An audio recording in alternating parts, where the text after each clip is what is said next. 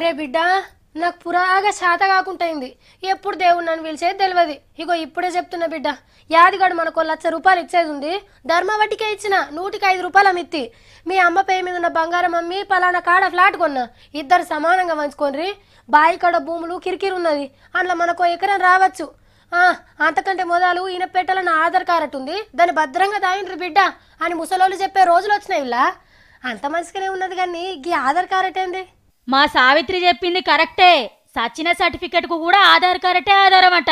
పలానా మనిషి కాలం చేసిండు, ఇగో గిదే ఆయన ఆధార్ కార్డు అని చూపిస్తే గప్పుడు ఎంఆర్ఓ ఆఫీస్లో డెత్ సర్టిఫికెట్ ఇస్తారట.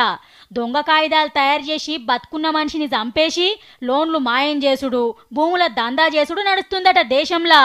అగో అందుకే డెత్ సర్టిఫికెట్లను కూడా ఆధార్ కార్డులతోని మూడేసింది సెంటర్ సర్కారు.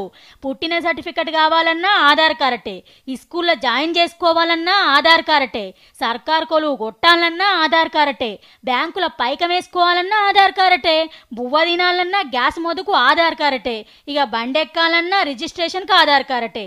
Aadhaar card Aadhaar card Aadhaar card. పుట్టిన కాంచెలి సచ్చేదాకా అన్నిటికీ ఆధార్ కార్డే.